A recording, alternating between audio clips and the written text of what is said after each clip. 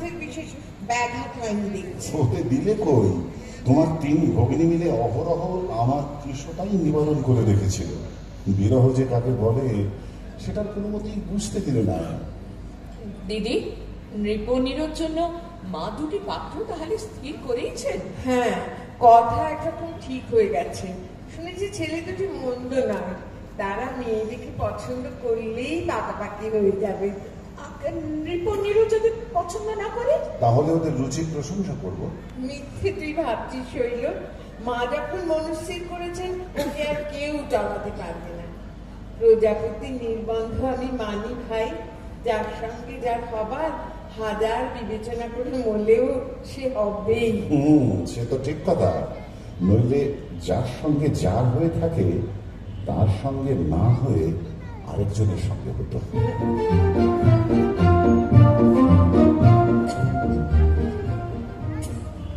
এই যে রসিকবাবু, আপনি শুনে নিশ্চয়ই খুশি হবেন, অন্য সকল প্রকার আলোচনা ত্যাগ করে এখন থেকে আমরা একান্ত মনে কুমার সবার কাছে রাখবো। আমারও সেই ইচ্ছে। হ্যাঁ, বনমালী বলে একজন বুড়ো কুমারটুলির নীলমাধব চৌধুরী 2 কন্যার সঙ্গে আমাদের বিবাহের প্রস্তাব নিয়ে উপস্থিত হয়েছিল। আমরা তাকে সংক্ষেপে বিদায় করে দিয়েছি। এই সকল প্রসঙ্গ আমাদের কাছে অসঙ্গত বোধ হয়। আমার কাছেও ঠিক তাই। দেখুন, আপনাদের সঙ্গে দুটো একটা বিশেষ কথা ছিল, কিন্তু আপনাদের কঠিন প্রতিজ্ঞার কথা শুনে সাহস হচ্ছে না। না না না না, তাই বলে কথা থাকলে বলবেন না কেন? তাহলে বলি কথাটা। নৃপবালা নীরবালা এই দুজনের কথা তো আপনারা পূর্বেই শুনেছেন। শুনেছি বই কি, তা নৃপবালার সম্বন্ধে যদি কিছু। নীরবালার কোনো বিশেষ সংবাদ? না না, তার চেয়ে অনেক বেশি।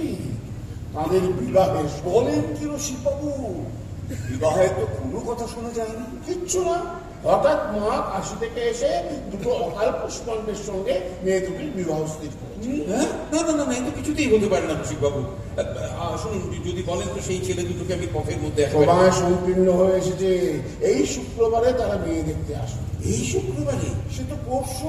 পরশুই তো বটে, শুক্রবারকে তো আর পথের মধ্যে ঠেকিয়ে রাখা যায় না। আচ্ছা, আমার একটা প্ল্যান মাথায় এসেছে। কেমন শুনি? সেই ছেলে দুটোকে বাড়ি কেউ চেনে? কেউ না। তারা বাড়ি চেনে? তাও না।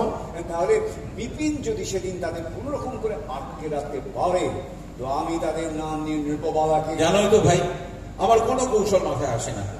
তুমি ইচ্ছে করলে কৌশলে ছেলে দুটোকে ভুলিয়ে রাখতে পারবে, আমি বরঞ্চ নিজেকে তাদের নামে চালিয়ে দিয়ে নীরবালাকে। না না, কিন্তু মশাই, এ স্তরে তো গৌরবে বহু বছর খাটবে না।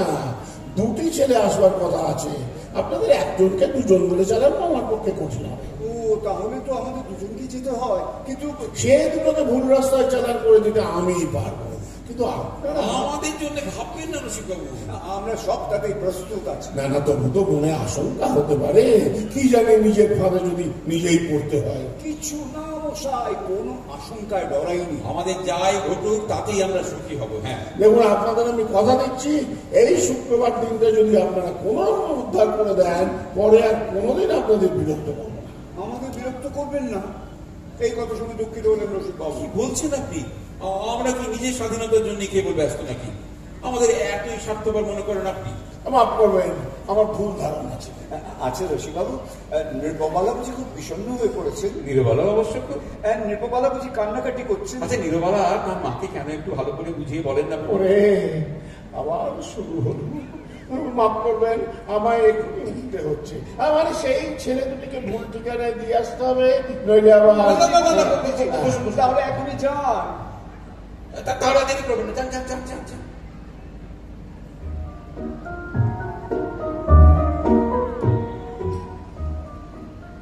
মামা, অবলাকান্ত বাবু কি তোমাকেই চিঠি দিয়েছেন? আমাকে ওর একটা প্রবন্ধ। না না, এটা পূর্ণবাবুর চিঠি। কি আশ্চর্য!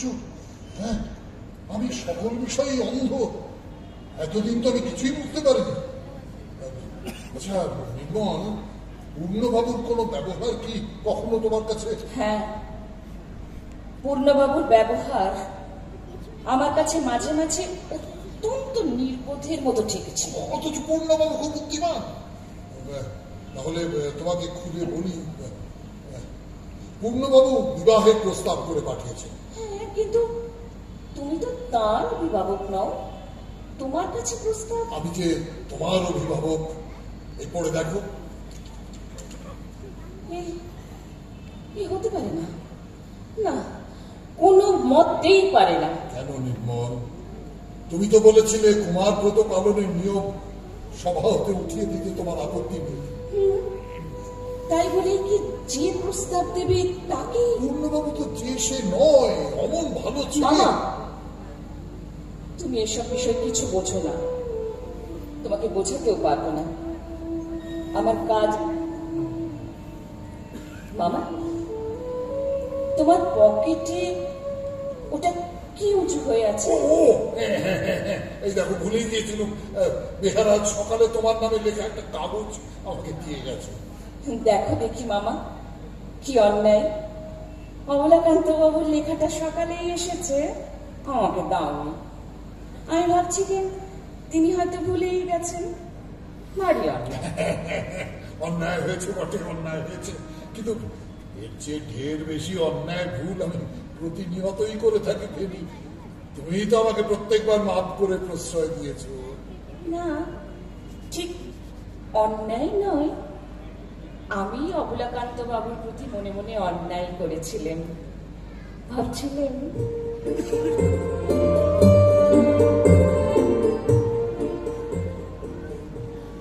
এবারে কাহিনীর শেষে পৌঁছানো গিয়েছে।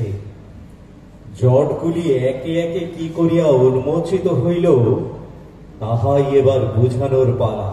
দেখো তো এদের নিয়ে আমি কি করি। নেপো বসে বসে কাঁদছে, নিরো রেগে অস্থির। সে বলে সে কোনো মতেই বেরোবে না। ভদ্রলোকের ছেলেরা আজ এক্ষুনি আসবে, তাদের এখন কি করে ফেরাবো? বোধহয় আমাকে ছাড়া আর কাউকে ওরা পছন্দ করছে না। তোমারই সহোদরা কিনা, রুচিটা তোমারই মতো। ঠাট্টা রাখো, ঠাট্টা সময় না। তুমি যাও না, তুমি ওদের একটু বুঝিয়ে বলবে কিনা বলো। তুমি না বললে ওরা শুনবে না। এত অনুগত, একেই বলে ভগ্নী পতিব্রতা শ্যালী। আচ্ছা আচ্ছা, আমার কাছে একবার পাঠিয়ে দাও দেখি। না না মুকুজ্জে মশাই, সে কোনো মতেই হবে না। মুকুজ্জে মশাই, তোমার দুটি পায়ে পড়ি, আমাদের যাত্রার সামনে ওরকম করে বার করো না। ফাঁসির হুকুম হলে একজন বলেছিল আমাকে বেশি উঁচুতে চড়িও না, আমার মাথা ঘোরা ব্যামো আছে।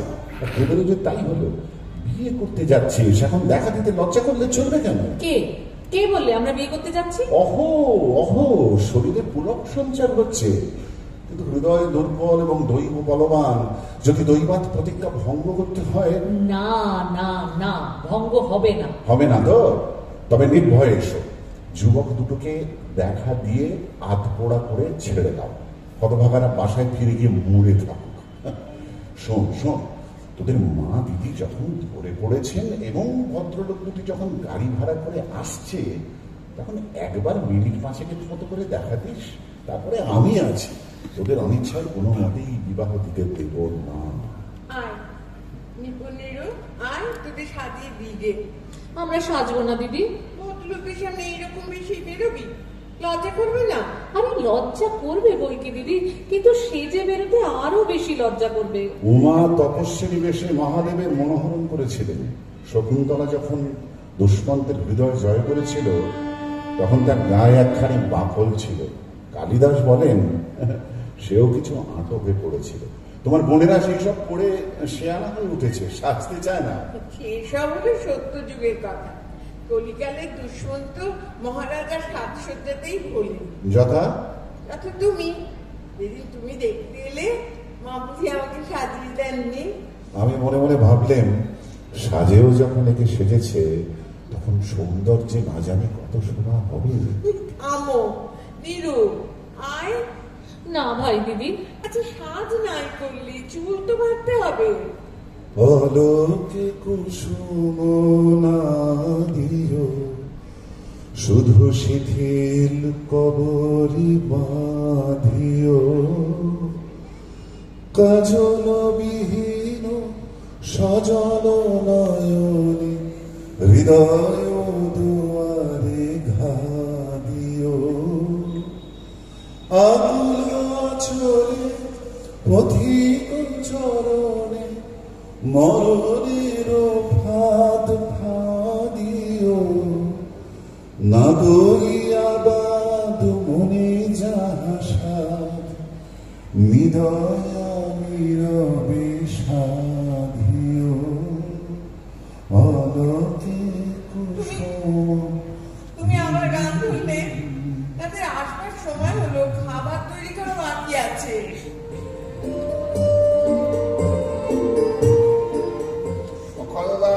পিতামহ ভীষ্ম, যুদ্ধের সমস্ত প্রস্তুত? সমস্তই। বীর পুরুষ দুটিও সমাগত। বাহ, এখন কেবল দিব্যাস্ত্র দুটি সাজতে গেছেন। তুমি তাহলে সেনাপতির ভার গ্রহণ করো, আমি একটু অন্তরালে থাকতে ইচ্ছা করছি। যাও যাও যাও। আসুন আসুন আসুন, সত্যি আপনাদের কত কষ্টই দেওয়া গেল।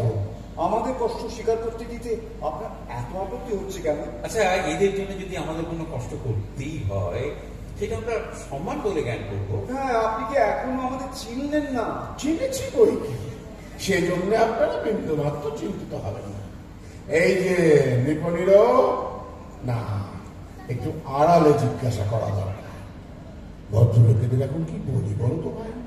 বলবো কি, তোমরা যত শীঘ্র পারো বিদায় হও। রসিক দাদা, কি যে বকো তার ঠিক নেই। আমরা কি তাই বলেছি নাকি? আমরা কি জানতাম এরা এসেছেন? এরা বলছেন পূর্বকৃত কোনো অপরাধ যদি থাকে তো ক্ষমা প্রার্থনার অবকাশ কি দেবেন না বলুন? এই ক্ষমাটুকুর জন্য বেচারা অনেকদিন সুযোগ প্রত্যাশা করছে। অপরাধ কি হয়েছে যে ক্ষমা করতে যাব? ইনি বলছেন আপনার অপরাধ এমন মনোহর যে তাকে ইনি অপরাধ বলে লক্ষ্যই করেন। বাবু, আপনি একেবারে হতাশ হবেন না। শাস্তি অনেক সময় বিলম্বে আসে, কিন্তু নিশ্চিত আসে। ফস করিয়া মুক্তি না পেতেও পারে। শুনছো?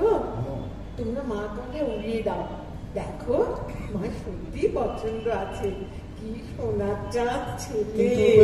কিন্তু শুনেছিলাম আজকের সমস্ত মিষ্টান্ন এবং এ পরিবারের সমস্ত অনাস্বাদিত মধু উজাড় করে নেবার জন্য দুটি অখ্যাতনামা যুবকের অভ্যুদয় হবে। এরা তাদেরই অংশে ভাগ বসাচ্ছেন নাকি? ওদের রসিক দাদা, ভুল করনি তো? ভুলের জন্যই তো আমি বিখ্যাত। বড় মা জানেন তার বুড়ো রসিক কাকা যাতে হাত দেবেন তাতেই গলদ। বলো কি রসিক দাদা, করেছো কি? সে দুটি ছেলেকে কোথায় পাঠালে? ভ্রমক্রমে তাদের ভুল ঠিকানা দিয়েছে। তারা কুমারটুলিতে নীলমাধব চৌধুরীর বাড়িতে এতক্ষণে জলযোগ সমাধান করেছে। বনমালী ভট্টাচার্য তাদের তত্ত্বাবধানে ভাগ নিয়েছে।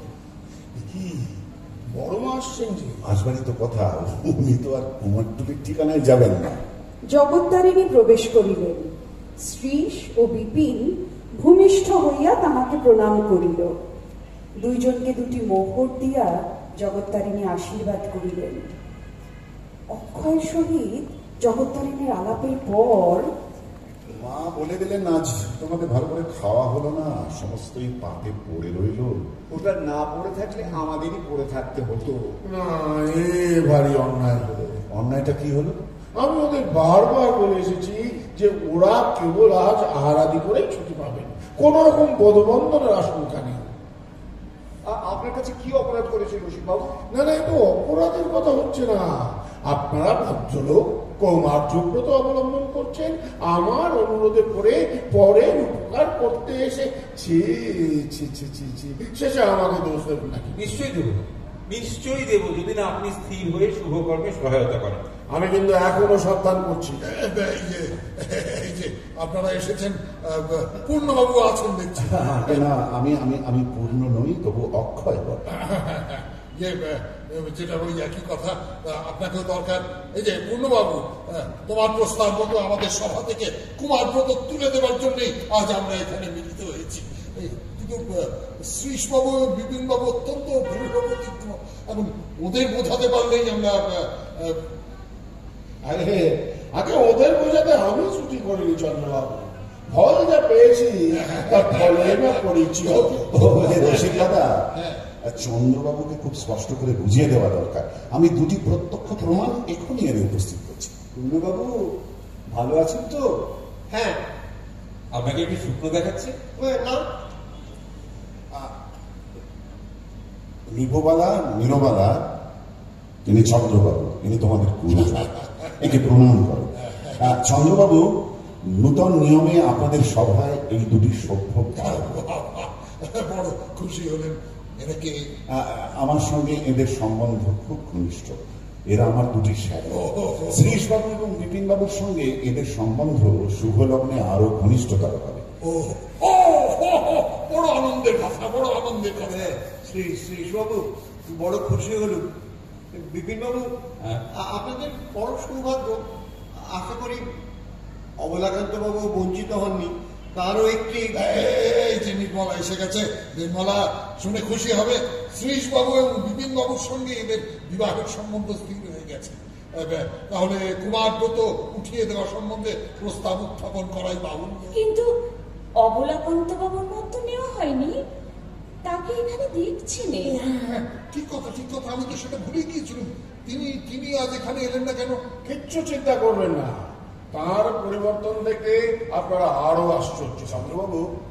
চন্দ্রবাবু এবার আমাকেও দলে নেবেন। সভাটি যেরকম লোভনীয় হয়ে উঠলো, এখন আমাকে কিন্তু ঠেকিয়ে রাখতে পারবেন। আপনাকে পাওয়া তো আমাদের সৌভাগ্য। আমার সঙ্গে সঙ্গে আরেকটি সভ্য পাবেন। আজকের সভায় তাকে কিছুতেই উপস্থিত করতে পারলেন না। এইবার ওই অবশিষ্ট সভ্যটি এলেই আমাদের চিরকুমার সভা সম্পূর্ণ সমাপ্ত হয়।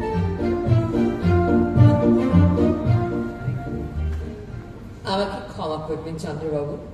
এ কি অবলাকান্ত বাবু?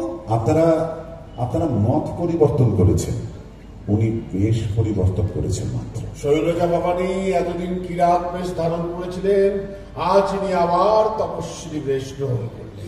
নির্মলা, আমি তো কিছুই বুঝতে পারছি না। অন্যায়, ভারী অন্যায়। অবলাকান্ত বাবু এর অবলাকান্ত হওয়াই উচিত ছিল, কিন্তু ভগবান একে বিধবা শৈলবালা করে কি মঙ্গল সাধন করেছেন সে রহস্য আমাদের অগোচর। আমি অন্যায় করেছি নির্মলা দেবী, সেই অন্যায়ের প্রতিকার আমার দ্বারা কি হবে? আশা করি কালে সমস্ত সংশোধন হয়ে যাবে। দেখুন, এই অবকাশে আমি আপনার কাছে ক্ষমা প্রার্থনা করি। চন্দ্রবাবুর পত্রে আমি যে স্পর্ধা প্রকাশ করেছিলাম, আমার পক্ষে সেটা খুব অন্যায় হয়েছিল। আমার মতো অযোগ্য কিচ্ছু অন্যায় হয়নি পূর্ণবাবু। আপনার যোগ্যতা যদি নির্মলা না বুঝতে পারেন তো সে নির্মলারই বিবেচনার অভাব। ভয় নেই পূর্ণবাবু, আপনার দরখাস্ত মঞ্জুর। প্রজাপতি আদালতে ডিগ্রি পেয়েছেন, কাল প্রত্যুষে জারি করতে পেরেছেন। এইবারে নাটক শেষ হলো, এইখানে ভরত বাক্য উচ্চারণ করে দেওয়া যায়। সর্বস্তরিত দুর্গানি सर्वे भद्राणि पश्यतु, सर्वः कामानुपप्लुतु, सर्वः सर्वत्र नन्दितु।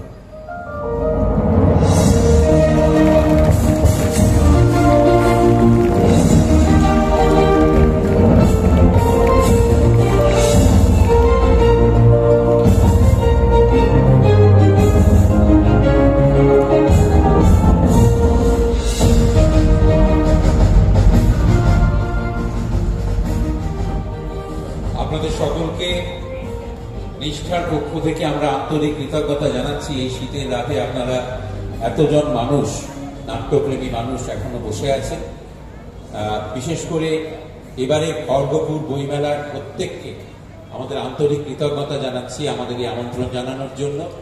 দীর্ঘদিন ধরেই আমরা এই প্রযোজনাটি মঞ্চস্থ করছি এবং অবশ্যই আমরা একবারে শেষ বেলায় আমাদের সেই পরম প্রিয় দুটি মানুষকে স্মরণ করব, যাদের উৎসাহে এবং যারা এগিয়ে নিয়ে গেছেন আমাদের। তিনি সেই দুজন প্রয়াত হয়েছেন জীবনের নিয়মে, শ্রী পার্থ ঘোষ এবং শ্রীমতী গৌরী ঘোষ। আমরা বিশ্বাস করি তারা কোথাও থেকে নিশ্চিতভাবে আমাদের দেখছেন, আমাদের আশীর্বাদ করছেন এবং আমাদের এই সংলাপগুলি শুনছেন।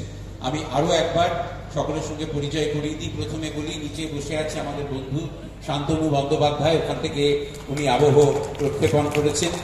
এবং আপনারা জানেন যে জয় সরকার এবং শান্তনু বন্দ্যোপাধ্যায় দুজনে মিলে আবহ তৈরি করেছেন। আমার একদম বাঁ দিকে আপনাদের এই ভূমিপুত্র কৃষাণু আচার্য, কৃষাণু সূত্রধারের ভূমিকা পালন করেছেন। আমার পাশে অগ্রজ অভিনেতা দেবাশিস রায়চৌধুরী শ্রীশ চরিত্রে অভিনয় করেছেন। আমার ডান পাশে আমাদের সকলের অগ্রজ প্রণম্য শ্রদ্ধেয় শ্রী জগন্নাথ বসু পূর্ণের চরিত্রে অভিনয় করেছেন। তার পাশে বলার অপেক্ষা রাখি না পুরবালা শ্রীমতী উর্মিমালা বসু, তার পাশে রসিক শ্রী বিশ্বজিৎ চক্রবর্তী, অক্ষয় শ্রী শ্রীকান্ত আচার্য, নির্মলা শ্রীমতী অরুণিতা রায়চৌধুরী, চন্দ্রবাবু শ্রী সৌমিত্র বসু, নীরবালা শ্রীমতী জয়তী চক্রবর্তী, মাফ করবেন, জয়তী চক্রবর্তী, নৃপবালা শ্রীমতী পারমিতা মজুমদার এবং শৈলবালা শ্রীমতী বিজয়লক্ষ্মী বর্মন এবং ডান দিকে সূত্রধার তিনি আপনাদের সঙ্গে পরিচয় করিয়ে দিচ্ছেন, সেই বিপিন উনি চন্দন মজুমদার। এবং আমার একদম ডান দিকে সূত্রধার আরেকজন সুমনা ভট্টাচার্য, আমার পেছনে দুজন দাঁড়িয়ে আছেন, তারা কর্ম সমাধা করে বসেছিলেন, দারুকেশ্বর শ্রী কাজল সুর এবং মৃত্যুঞ্জয় শ্রী স্বপন রায়। আপনাদের সকলকে আরো একবার আমাদের সকলের পক্ষ থেকে আন্তরিক কৃতজ্ঞতা এবং ধন্যবাদ জানাচ্ছি। শুভরাত্রি।